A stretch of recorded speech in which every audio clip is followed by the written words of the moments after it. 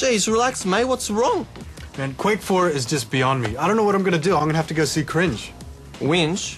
Cringe, he represents Australia in those Quake 4 tournaments. He's from that team Immunity. He'll sort me out. Good luck. You're gonna need it.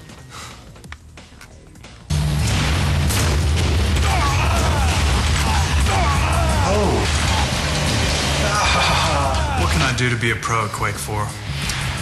Well, for starters, man, have you watched any demos? Demos are Quake 4 replays, just watching the game.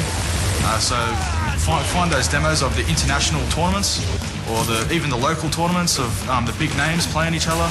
Watch those guys, man. The only way you're going to get better is if you watch the best and you play the best. I mean, there's so many weapons in Quake 4. Yeah. I really don't know what to use for what situation. Could you tell me a bit about that? When you're playing your opponent, you want to try and use the right weapons in the right situations at all times. So you've got to try and feel it out. The main weapons that are used in Quake 4 arena are your lightning gun, which is a hit scan gun, the railgun, another hit scan weapon. Oh yeah. That's very powerful. You can pop some heads with that one. And the rocket launcher. Those are your three main weapons. And the rocket launcher is it's not hit scan. It's a projectile weapon. In short range battles, generally my advice is you always try and use your rocket launcher. Or if you don't have a rocket launcher primarily, you use your shotgun. When you fire the rocket launcher and the rocket explodes on impact, it does what you call a splash damage. You want to try and aim or anticipate which way they're moving, left, right, backwards or forwards, wherever they're going. And you want to try and splash rockets at their feet. What other things would you use for medium range? Medium range, definitely lightning gun.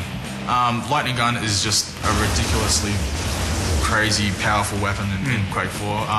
It's just track and follow. You got to try and strafe, which is moving left and right with the same sort of in the same sort of patterns and rhythm as your opponent, and at the same time you got to hold that LG down.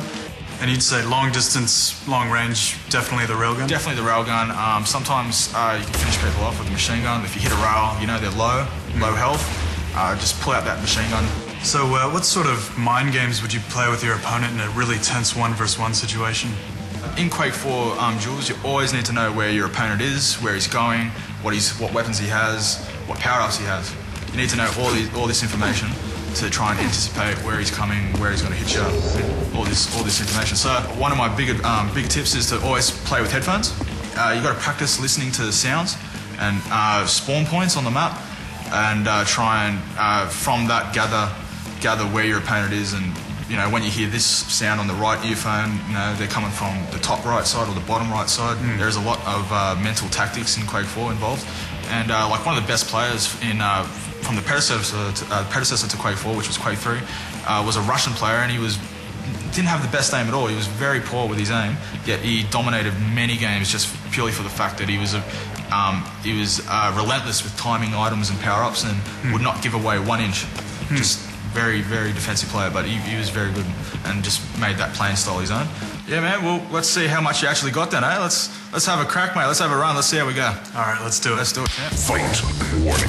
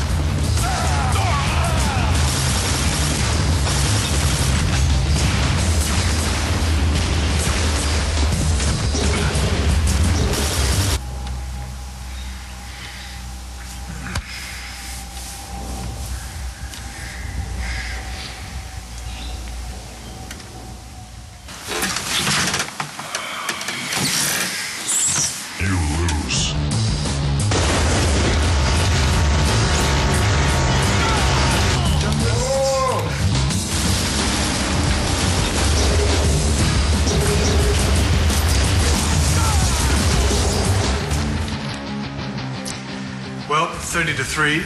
I'm in a bit of pain right now, but As you would be. thanks for the help, man.